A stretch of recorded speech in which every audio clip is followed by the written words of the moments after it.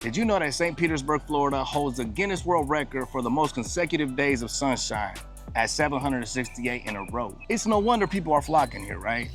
But looks can be deceiving. What if moving here meant battling brutal flood zones, sky-high insurance, or traffic that turns your dream location into a nightmare? And what if we told you that living here could be one of the best or worst decisions you make, depending on what you don't know? Most people only see the sunshine, beaches, and trendy downtown vibe, but if you don't do your research ahead of time, you could fall in love with a home that turns out to be completely wrong for your lifestyle or your budget. In today's video, we're sharing what you really need to know about St. Petersburg, Florida. From hidden costs to neighborhoods locals love and a few they avoid. You'll leave this video more prepared than most people ever are. I promise you, so you're not gonna wanna miss this.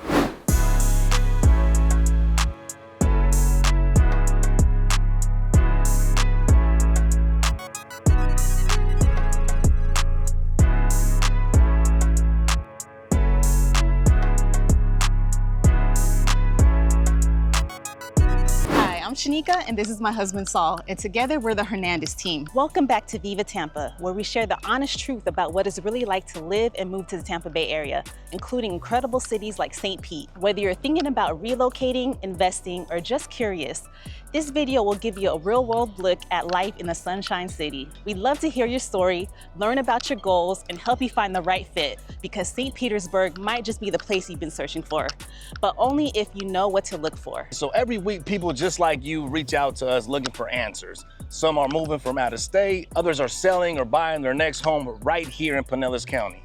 If you're even considering making a move, let's talk. You can call, text, or email us. Our contact information is right below on the screen.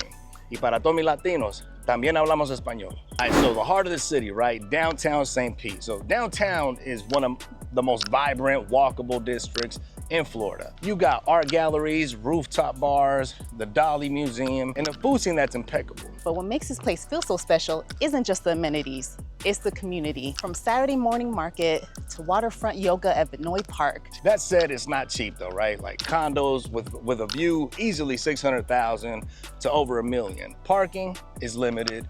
And if you're not into busy streets and nightlife, downtown might feel a little overwhelming for you. So we've had clients who fell in love with the walkability of the city, but later found parking to be a challenge. It's beautiful, but it comes with the challenges of city life. So what's the market like in 2025? The median home price in St. Pete is currently hovering over $430,000, but prices vary dramatically by neighborhood. Places like historic Old Northeast and Snell push well beyond the $1 million range. On the flip side, areas like Central Oak Park or Distant Heights offer more affordable options, often between $325,000 and $450,000. But some of those homes are older and may require upgrades. Yes, that's right. Many homes in this market are over 60 years old. So that means you need to factor in things like plumbing, electrical, roofs, and insurance eligibility.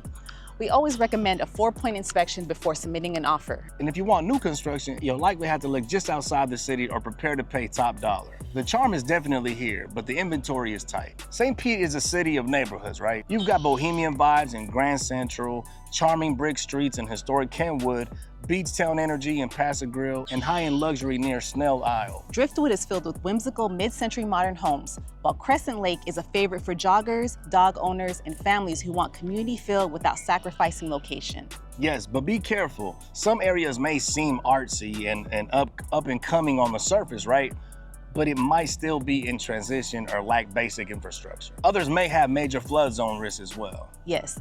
The character here is unbeatable, but what makes one buyer feel charmed might feel chaotic to another. So yes, explore in daylight and at night. The neighborhood feel can flip block by block. So one of the most overlooked risks in St. Pete is flooding. A large portion of the city sits at sea level, and with stronger storms each year, flood maps are constantly being redrawn. Yep, and if you're buying in high-risk zones, flood insurance can cost $3,000 to $6,000 a year, and even your inland homeowners insurance rates in Florida are now averaging about $4,000 plus annually. Some newer homes or elevated builds can help lower these costs, but insurance needs to be in your budget planning from day one. Too many buyers focus only on the mortgage payments. Yeah, we actually had a buyer fall in love with a waterfront bungalow until the insurance quote came back almost $12,000, I believe it was. And so the more you know up front, the better decision you can make. And if there's one thing St. Pete nails, it's lifestyle. Between First Friday block parties, beach days, the Saturday morning market, St. Pete Pier concerts, and Rays games at Tropicana Field. There's something going on almost every weekend in St. Pete. And I think that's why people love the city. I love the city. My favorite city to this day. I think I mentioned that in multiple videos. And just an FYI, Tropicana Field is actually closed this season due to the hurricane last year. So all the Rays home games will be played at Steinbrenner Field in Tampa. Yeah, so the Yankees spring training field. Correct, so they're just renovating right now. So we actually got a client who moved here last year and said that this is the first place that she's ever lived where she felt like she doesn't need to take a vacation to escape, because it already feels like a vacation in St. Pete, the entire Tampa Bay region.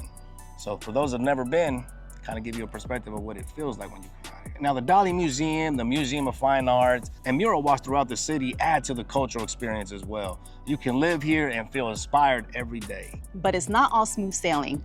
Peak season traffic, street closures for festivals, and packed restaurants come with the territory. It's fun, but it's busy. So now let's talk about commute.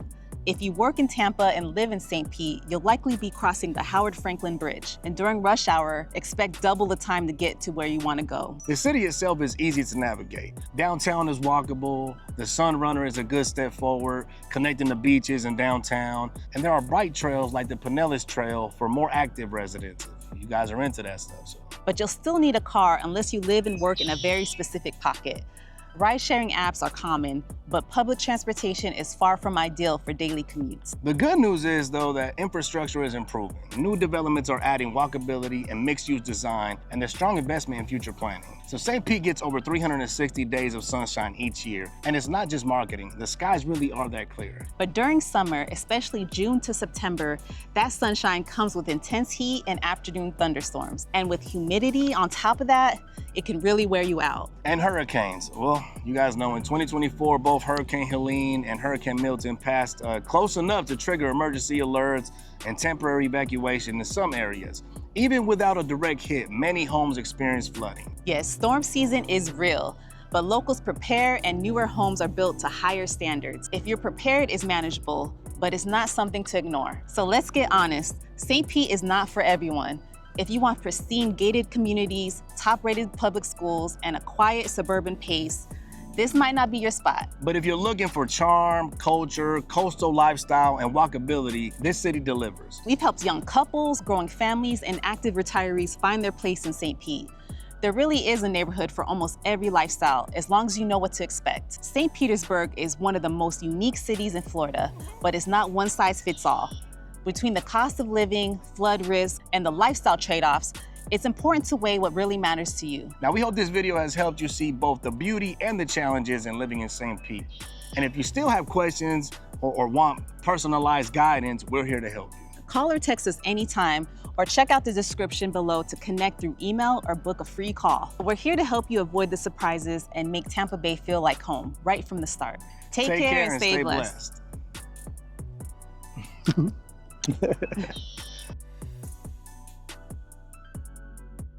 You've got art galleries, rooftop bars, the Deli Museum. Dolly. Okay. You said the deli? I said Deli, yeah. I did say Deli. The deli. Flood maps are constantly being, I keep saying withdrawn. Flood maps are constantly being redrawn.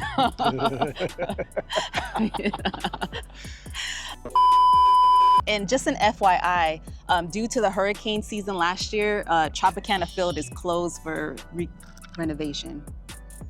Yeah, okay.